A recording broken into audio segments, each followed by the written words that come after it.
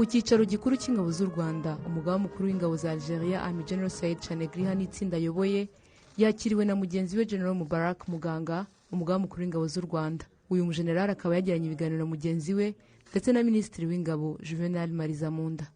Army General Said Chanegriha avuga ko ibiganiro bagiranye byibanze ku gushimangira umubano mu bya gisirikare hagati y'ibihugu byombi no kureba inzego z'ubufatanye bakongeramo imbaraga mu rwego rwo guhangana n'ibibazo bitandukanye byugarije umugabane wa Afurika. Je suis très content de me trouver dans un pays frère, ami, le Rwanda. Ndishimiye kuba ndi hano mu gihugu cy'abavandimwe cy'u Rwanda, igihugu twakomeje kugirana imibanire myiza na mbere hose tukibona ubwigenge, ndetse binyuze muri uru ruzinduko tuzakomeza gushimangira uyu mubano.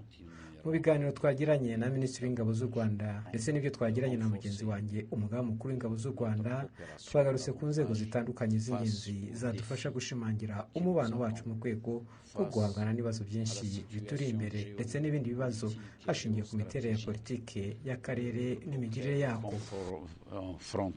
Particulièrement l'Afrique